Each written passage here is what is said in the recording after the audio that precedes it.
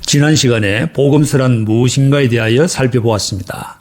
이와 관련하여 복음서 저자들이 동일한 예수님에 대한 이야기를 어떻게 편집하고 수정하고 있는지를 마태복음 8장 23절부터 27절, 마가복음 4장 35절부터 41절, 누가복음 8장 22절부터 25절 말씀을 비교 분석하여 살펴보았습니다.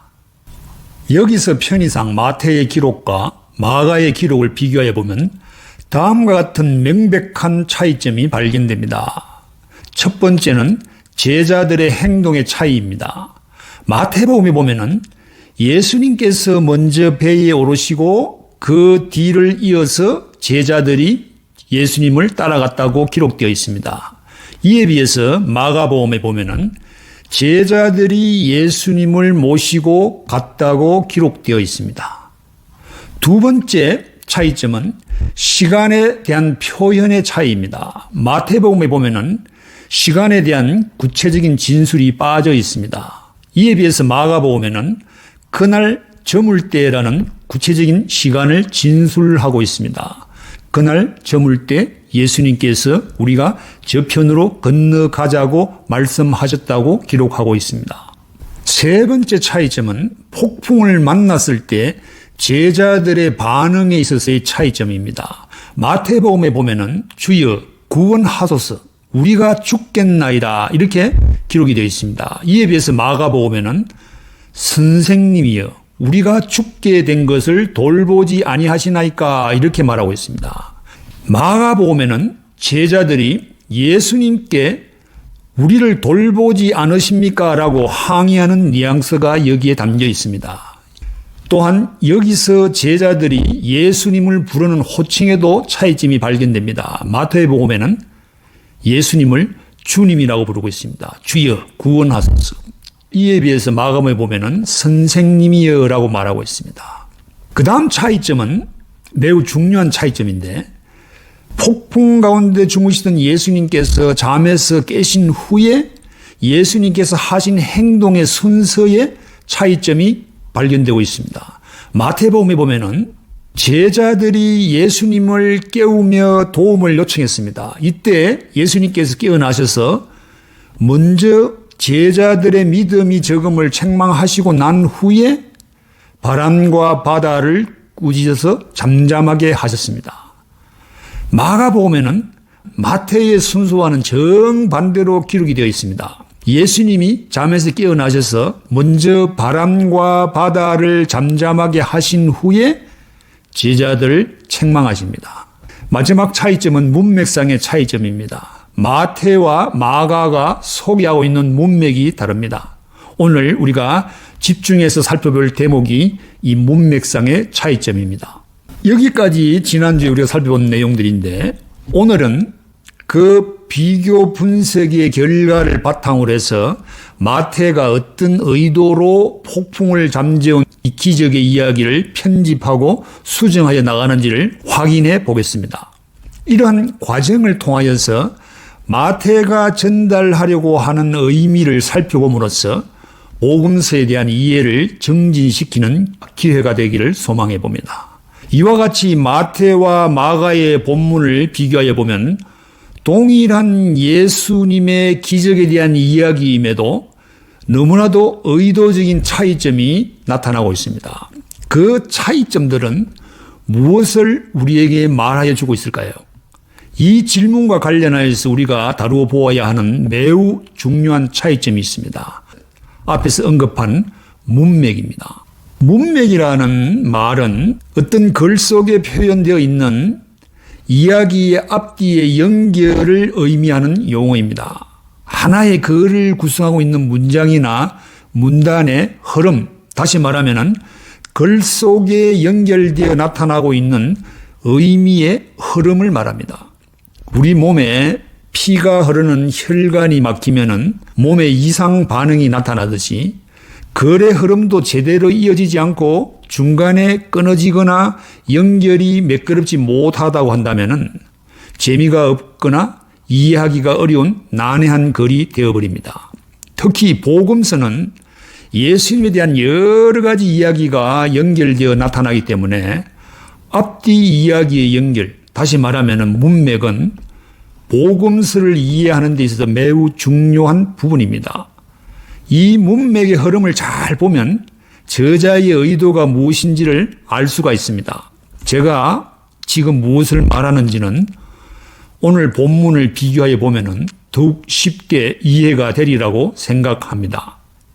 마태의 본문을 살펴보면 마태는 의도적으로 폭풍을 잠재운 기적 이야기에 마태가 전달하려는 의미를 부여하기 위하여 독특한 문맥 안에 이 이야기를 위치시키고 있습니다. 그래서 마태가 이야기하는 예수님에 대한 이야기의 흐름, 문맥은 마태가 독자에게 전달하려는 의미가 무엇인지에 대한 중요한 단서를 제공하고 있습니다.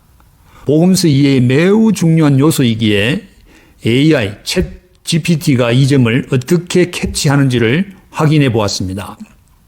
마태복음 8장 23절에서 27절, 마가복음 4장 35절에서 41절, 누가복음 8장 22절에서 25절 본문의 앞뒤 문맥을 살펴보고 문맥의 흐름이 각각 어떻게 다른지 살펴본 후에 그 흐름에 따라서 각 복음서의 신학적 목적과 저자의 의도가 무엇인지 그 차이점을 이야기해줘. 여기에 대해서 AI가 다음과 같이 말하고 있습니다. 각 복음서에서 폭풍을 잠재운 사건, 앞뒤 문맥을 살펴보면 이 사건이 각 복음서에서 어떤 신학적 목적과 의도로 기록되었는지를 알 수 있습니다. 이러한 말과 함께 다음의 차이점들을 이야기하였습니다. AI가 제시한 폭풍을 잠재운 사건의 앞뒤 문맥을 비교해 보도록 하겠습니다. 마태복음 8장 23절부터 27절 말씀의 직접 문맥에는 예수님께서 병자들을 치유하신 이야기와 또 제자도를 예수님께서 강조하셨다는 것이 언급되고 있습니다. 이에 비하여 마가복음 4장 35절부터 41절에 바로 앞에 나오는 이야기 직전 문맥은 씨 뿌리는 비유와 등불의 비유, 겨자씨 비유 등 하나님 나라에 대한 가르침이 나오고 있습니다. 누가복음 8장 22절부터 25절의 문맥은 마가복음과 거의 비슷합니다. 그러니까 오늘 우리가 집중적으로 살펴볼 부분은 마태복음의 직전 문맥과 마가복음의 직전 문맥입니다. AI가 제공하는 정보를 보면 간결하게 정리되어 있는 것처럼 보이지만은 제가 볼 때 뭔가 말로 표현하기 힘든 거리감이 느껴지고 있습니다. 그 이유는 이 질문과 관련한 AI와의 대화를 통하여서 챗 GPT의 약점이 발견되었기 때문입니다. 무엇인가 하면 성서 해석에 있어서 매우 중요한 요소인 문맥의 차이점을 활용하지 못하는 약점을 노출시키고 있다는 말입니다. 한마디로 말하면 AI는 우리 인간과 비교하여서 볼 때 성경을 읽고 판단하는 능력, 다시 말하면 해석 능력이 부족해 보였습니다. 인간적인 수준의 지성과 판단력을 갖추기까지 더 많은 훈련이 필요하다고 판단하였기에 여기에서 AI와는 결별을 하고 마태복음의 정통한 학자의 눈을 통하여서 그가 어떻게 본문을 분석하여서 마태의 의도를 찾아내는지를 보도록 하겠습니다.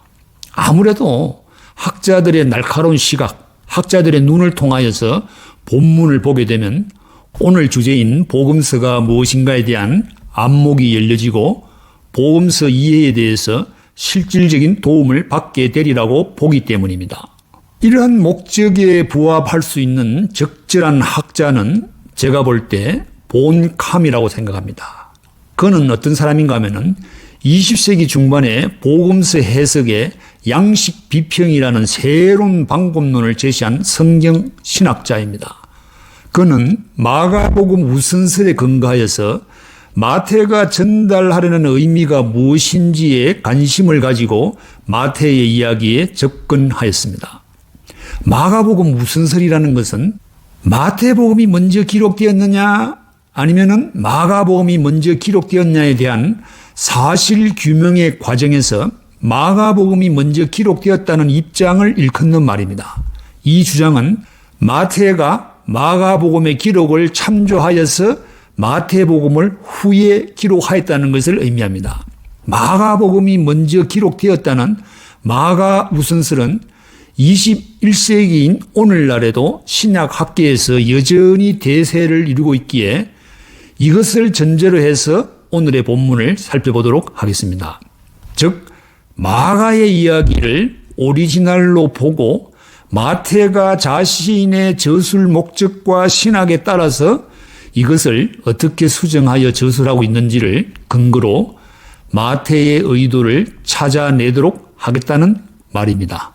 여기서 본캄이 제시한 양식 비평에 대한 소개는 오늘 주제에 맞지 않기 때문에 생략하도록 하겠습니다. 하지만 그의 방식을 빌어서 마태의 본문에 접근하면 저자인 마태의 의도에 대한 통찰력을 얻을 수가 있습니다. 그가 전달하는 통찰력은 AI가 보지 못하는 것을 보게 합니다. 그래서 본캄이 마태의 본문에 어떻게 접근하여서 마태가 전달하려고 하였던 메시지를 찾아내고 있는지에 주목해서 살펴보도록 하겠습니다.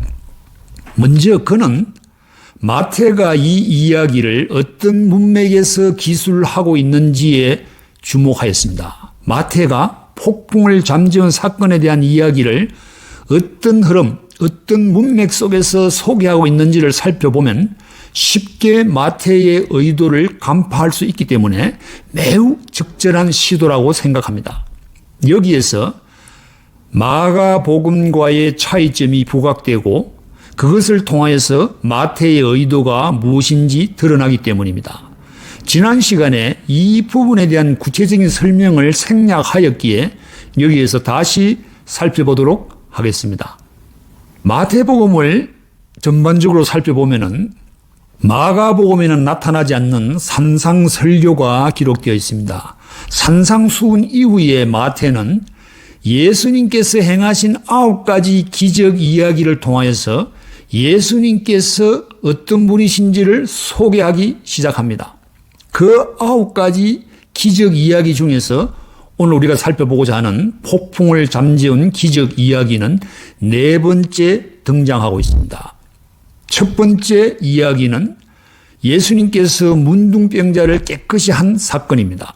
그 뒤를 이어서 백부장의 하인을 고치신 이야기가 나오고 세 번째로 베드로의 장모를 고친 기적 사건이 나옵니다. 그리고 나서 오늘 우리의 본문인 폭풍을 잠재운 사건의 이야기가 나옵니다.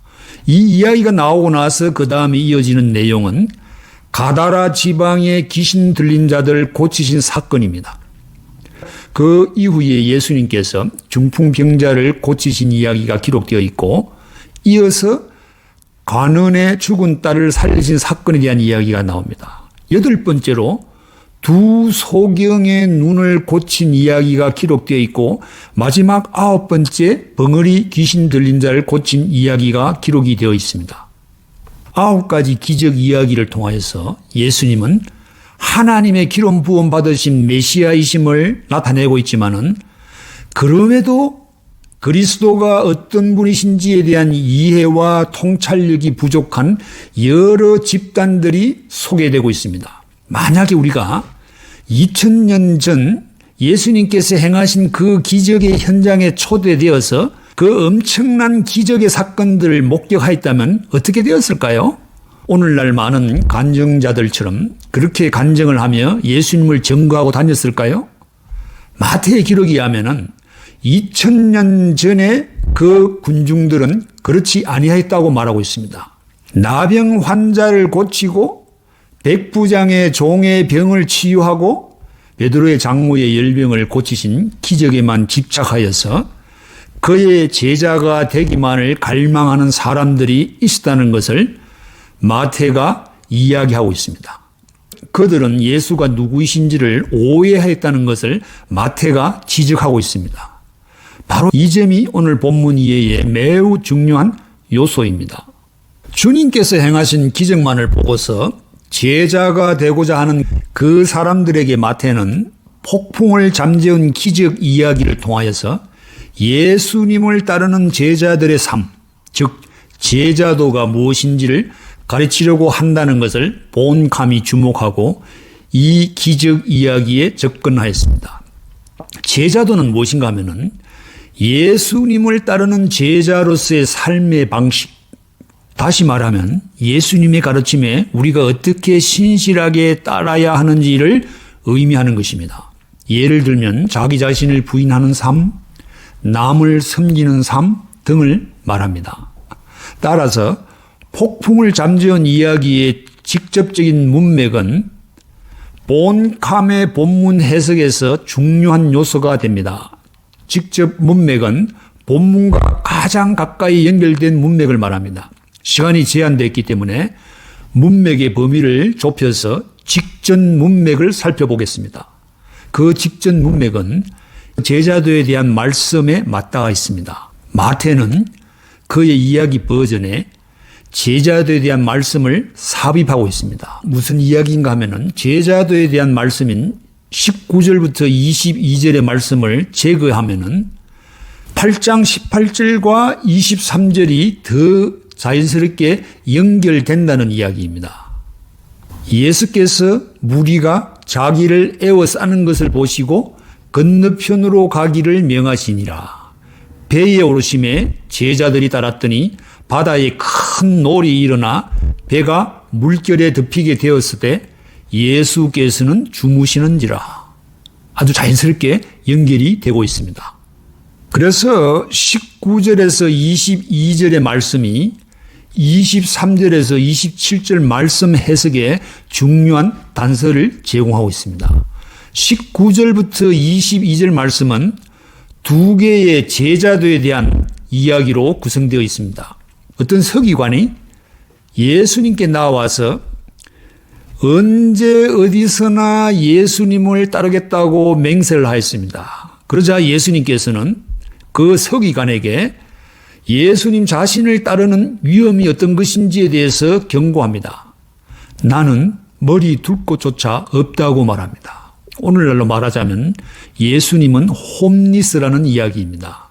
내가 홈리스와 같은 존재인데 그래도 너는 내가 어디로 가든지 나를 따라오겠느냐는 의미입니다. 두 번째 경우는 제자도에 있어서 매우 중요한 요소인 자기 부인의 삶의 방식에 대해서 말합니다. 예수님을 따르고자 하는 어떤 사람이 예수님께 나와서 자신의 아버지가 죽었는데 그 아버지를 장사 지내고 주님을 따르게 해달라고 요청을 합니다. 우리 인간의 상식으로 생각하면은 이러한 요청은 매우 당연한 것으로 보입니다. 그러나 주님께서는 죽은 자들로 저희 죽은 자를 장사하게 하고 너는 나를 쫓으라라는 말씀으로 자기의 가족까지도 부인하는 제자도의 삶을 요구하십니다. 이와 같이 마태가 제자도에 대한 두 개의 이야기를 폭풍 사건 안에 삽입하였다는 것은 마가복음과의 비교에서도 확인이 됩니다. 마가는 폭풍을 잠재운 이야기를 제자도와 전혀 관련이 없는 문맥에서 기록하고 있습니다. 마가복음이 먼저 기록되었다고 전제해서 마태복음을 보면은 마태는 제자도에 대한 두 개의 이야기를 폭풍을 잠재운 사건의 서두에 넣음으로써 이 기적 이야기를 제자도와 연결시키고 있음이 분명해지고 있습니다. 마가의 경우와는 달리 제자도에 대한 예수님의 가르침을 기적 이야기의 서두에 삽입함으로써 마태는 폭풍을 잠재운 이야기를 통하여서 제자도가 무엇인지를 독자에게 제시하고 있다고 보여집니다. 이러한 목적을 위하여 마태는 매우 중요한 단어 하나를 등장시킵니다. 따르다라는 단어입니다. 제자도에 대한 두 개의 이야기와 폭풍을 잠재운 사건을 자연스럽게 연결하기 위해서 제자도 이야기에서 핵심 단어로 등장하는 따르다라는 동사를 오늘 본문인 폭풍을 잠재운 기적 사건에서도 의도적으로 사용하고 있습니다. 이러한 관점에서 살펴보면 마가복음과의 기록상의 차이점을 이해할 수가 있습니다. 마가는 제자들이 예수님을 모시고 갔다고 기록하고 있지만은 마태는 제자들이 예수님을 따라서 배에 올랐다고 기록하고 있는 이유가 무엇인지를 알 수가 있습니다.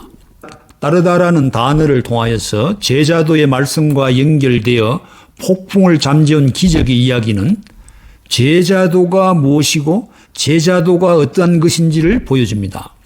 이것이 폭풍 이야기를 통하여서 마태가 무엇을 전달하려고 하는지에 대한 중요한 단서가 되고 있습니다. 이러한 비교 분석과 관찰을 통하여서 본감이 해석을 하고 있습니다. 두 개의 제자도에 대한 말씀은 폭풍을 잠재운 사건에 의미를 부여하고 있습니다. 마태의 이야기는 제자들이 탄 작은 배가 폭풍에 심하게 흔들리는 것처럼 교회라는 작은 배는 심한 폭풍 속에 처할 수 있음을 말해줍니다. 이러한 눈으로 마태의 이야기를 읽으면 제자들에게 닥친 폭풍은 당시의 교회가 어떤 상황에 처해 있는지를 우리에게 알려주고 있는 것으로 볼 수 있습니다. 여기서 마가의 광풍, 큰 바람이죠. 광풍이 일어났다는 진술과는 달리 마태는 바다에 큰 노을이 일어났다고 기록하고 있는 이유가 드러납니다. 헬라어 세이스모스는 영어로 great storm으로 또 한글 성경에 노을이라고 번역되어 있습니다. 이 단어는 갈릴리 호수에서 일어나는 폭풍과는 어울리지 않는 단어입니다. 큰 노을, great storm은 호수가 아닌 큰 바다에서 일어나는 폭풍을 가리키는 단어입니다. 예를 들면 오늘날의 태풍이나 허리케인과 같은 엄청난 폭풍을 의미합니다. 그만큼 어려운 상황 속에 교회가 처해 있다는 것을 암시하고 있습니다. 그래서 마태는 폭풍 속에서 예수님을 따르는 것을 독특하게 제자도와 비교하고 있다고 생각합니다. 예수님을 따르는 데는 가족과 같은 세상적인 유대 관계를 끊고 생명을 걸고 희생하는 자기 부인의 삶이 필요합니다. 폭풍 속을 항해하여야 하는 것처럼 어려움도 다가온다는 것입니다. 여기서 마태는 작은 배에 불과한 교회는 폭풍과 같은 엄청난 위험이 다가오더라도 주님을 향한 믿음을 잃지 않고 나아가야 함을 보여주고 있습니다. 이것이 마태가 전하는 이야기의 핵심 의미입니다. 이와 관련하여서 마태는 마가복음에 나오는 이야기 순서를 뒤집고 있습니다. 마가의 이야기 순서와는 달리 마태는 잠에서 깨어나신 예수님께서 제자들의 안전이 위협받는 바로 그 절명의 순간에 제자들의 믿음이 적음을 먼저 책망하시고 나서 그 후에 폭풍을 꾸짖어 잠잠하게 하셨다고 기록하고 있습니다. 마태복음 8장 18절에서 22절에 나오는 제자도에 대한 말씀에서 암시된 것처럼 제자들은 그들의 가족을 뒤로하고 예수님께서 가시는 곳마다 어디든 따랐습니다. 폭풍 속에서도 예수님을 따라가는 것은 주님을 따르는 제자도의 한 예입니다. 이러한 진술을 통하여서 마태가 전달하려는 의미는 매우 뚜렷해 보입니다. 주님을 따르는 제자도에는 폭풍과 같은 목숨을 위협하는 위험이 따르지만은 그러나 제자로서 목숨까지 감수하고 믿음으로 주님을 따라야 함을 말하고 있습니다. 폭풍을 잠재우는 강력한 능력을 제자들에게 예수님께서 보여주심으로써 예수님은 어떤 상황에서도 제자들의 희생이 헛된 것이 아니라 오히려 값진 것이라고 보상해 주시고 또 그 제자들을 위험 가운데서 지켜주시는 분이심을 확인시켜주고 있습니다. 폭풍 속에서도 주무셔야 할 정도로 머리 둘 곳조차 없어졌던 그 예수님, 인자는 제자들의 목숨을 위협하는 폭풍을 말씀 한마디로 잠재우는 강력한 권능의 주님이십니다. 이런 제자도의 흐름 속에서 마태의 폭풍을 잠재운 이야기는 우리에게 독특한 의미를 전달하고 있습니다. 오늘 말씀을 정리해 보겠습니다. 복음서가 무엇인지에 대한 이해를 돕기 위하여 예수님께서 폭풍을 잠재운 사건을 통해서 마태와 마가의 기록상의 차이점들을 살펴보았습니다. 우리가 살펴본 것처럼 예수님께서 폭풍을 잠재운 사건에 대한 자료를 수집한 마태는 자신이 전하고자 하는 의미를 위하여서 자료를 편집하고 수정하여 저술하고 있음이 분명해집니다. 특별히 제자들을 강조하는 문맥과 연관시켜서 마태만의 독특한 이야기를 이어나가는 것은 이러한 사실을 뒷받침하는 명백한 증거로 볼 수 있습니다. 마태복음에서 발견되는 이러한 특징들은 누가복음 1장 2절에서 3절에서의 정언과도 일치하고 있습니다. 이것으로 볼 때 복음서는 무에서 갑자기 생겨난 것이 아니라 초기 기독교 공동체 내에서 이미 존재하고 있던 예수님에 대한 이야기, 구전 전승과 기록된 자료, 문서들을 기반으로 구성되었음을 확실하게 보여줍니다.